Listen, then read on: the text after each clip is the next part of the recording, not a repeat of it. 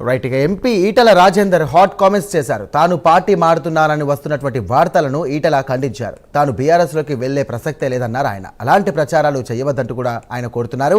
అధికార బలంతో ఆనాడు కేసీఆర్ చాలా ఇబ్బందులు పెట్టారంటూ కూడా ఈటల పేర్కొన్నారు. నన్ను బర్తరఫ్ చేయడమే కాకుండా తన ఆస్తులను గోడౌన్స్ను కూడా లాక్కున్నారని ఆయన ఆవేదన వ్యక్తం చేశారు. పెద్ద చర్చ జరుగుతూ ఉంది.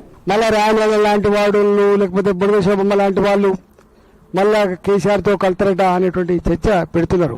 ఇట్లాంటి పిచ్చి ప్రయత్నం చేయొద్దని చెప్పి నేను కోరుతున్నా.